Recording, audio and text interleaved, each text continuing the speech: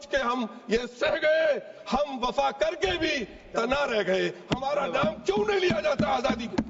کس لیے ریپیئر کے لیے بولا تھا؟ میرے پاس ڈاکومنٹس ہیں اس مسجد کے. وہ راتوں رات مسجد اخوندی مہرولی میں شہید کر دی گئی. سر، صوفی رشی منیوں کا دیش ہے، یہ ولیوں کا دیش ہے. کرنے میں کتنے مسلم اسکالر تھے تو واحد 12 لوگوں کی کمیٹی میں ایک آدمی تھا کہ دوسری میجورٹی کبھی قبول نہیں کرے گی. حقوق کی خلاف ورزی ہے، بلکہ رائٹ ٹو ایکولیٹی کے بھی صاف خلاف ہے. سدسیہ شری محیب اللہ جی. بسم اللہ الرحمن الرحیم. جناب صدر محترم، سب سے پہلے میں آپ کا تہہ دل سے شکریہ ادا کرتا ہوں کہ آپ نے مجھے اس مسئلے پر گفتگو کا موقع دیا اور مجھے جوائنٹ پارلیمانی کمیٹی کا بھی حصہ بنایا. صدر محترم، جب ہمارا ملک آزاد ہوا تھا تو ہمارے قائدین کے سامنے 2 راستے تھے. وہ راستے کیا تھے اور کس نے پیش کیے تھے یہ اب غیر اہم ہے. اصل بات یہ ہے کہ ہمارے رہنماؤں کی دوراندیشی اور عقل مندی کی بدولت ملک میں ہر مذہب کو پروان چڑھنے، پھلنے پھولنے اور اپنے ادارے چلانے کی آزادی دی گئی، جو کہ ہمارے آئین کی آرٹیکل 25 اور 26 میں موجود ہے. یہ حق محض ایک آئینی حق نہیں بلکہ بنیادی حقوق کا حصہ ہے. آج ہمارے ایوان کے سامنے جو وقف ترمیمی بل پیش کیا گیا ہے، یہ نہ صرف ہمارے بنیادی حقوق کی خلاف ورزی ہے بلکہ رائٹ ٹو ایکولیٹی کے بھی صاف خلاف ہے. اس کو صدر محترم ملک کی دوسری میجورٹی کبھی قبول نہیں کرے گی. صدر محترم، اس بل میں سب سے پہلی ترمیمی وقف ایکٹ کے نام تبدیل کرنے کی ہے. میں کہتا ہوں نام بدلنا تو ایک معمولی بات ہے، کیونکہ اصل میں جو تبدیلیاں کی جا رہی ہیں ان کا وقف کے بنیادی اصولوں اور فقہی قواعد سے دور دور تک کوئی واسطہ نہیں ہے. اس ترمیمی قانون کا مقصد وقف کے ادارے کو کمزور کرنا اور اسے بے اثر کرنا ہے.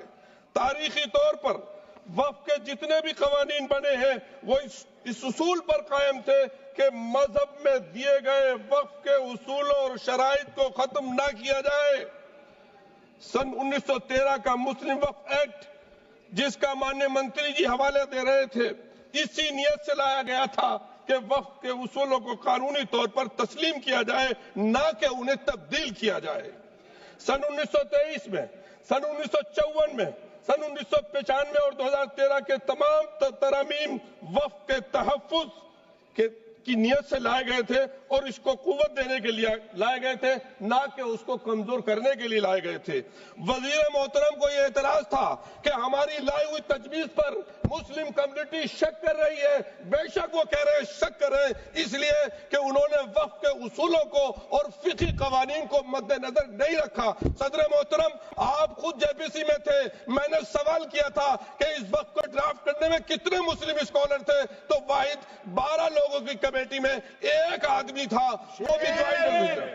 صدر محترم، میں اب چند چیزوں کی نشاندہی کرنا چاہتا ہوں جو وقف کی اصل حیثیت اور بنیاد کو ختم کرنے کے در پہ. پہلی ترمیم، وقف کو اب صرف مسلمانوں تک محدود کیا گیا. میں دل پر ہاتھ رکھ کر کہہ سکتا ہوں صدر محترم، ایک ذاتی واقعہ بیان کرتا ہوں. پارلیمنٹ کی مسجد کے سامنے رہ کر سارے دیش واسیوں کے لیے دعا کرتا ہوں. میں اب دعا کیسے کروں گا جب یہ محدود کر دیا جائے گا؟ میں ایک واقعہ آپ کو بیان کر رہا ہوں. ابھی راجستھان میں گیا، تجارہ کے پاس ایک گاؤں حسن پور ہے، اس شادی میں گیا، اذان کی آواز آئی. میں نے کہا یہاں مسجد کہاں ہے بھائی؟ جب مسجد دیکھی وہ بڑی سندر مسجد تھی. میں نے پوچھا یہ مسجد کیسی ہے؟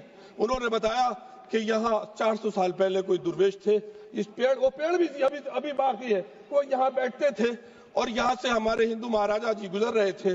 ان کو بیماری تھی، وہ ٹھیک نہیں ہو رہے تھے. کسی نے کہا کہ ان سے دعا کرا لیجئے. انہوں نے دعا کی، وہ ٹھیک ہو گئے. بعد میں جب گئے تو مہاراج نے کہا کہ اپنے لیے دعا کرا کے رہے، تمہارا وارث کوئی نہیں ہے. وہ پھر دوبارہ گئے اور اللہ نے ان کو ان کی دعا قبول. ہمارے دیش صوفی رشی منیوں کا دیش ہے، یہ ولیوں کا دیش ہے، یہ تمام دھرموں کی جو روحانی شخصیات ہیں ان کا دیش ہے. آپ دعا کرنے سے روک رہے ہیں سر، غیر مسلم کو وقف کرنے سے روک رہے ہیں. آپ سر گزشتہ سر ایک اس کے علاوہ مسلمانوں کو بھی اپنے ایمان کا ثبوت دینا ہوگا. سر میں امام ہوں،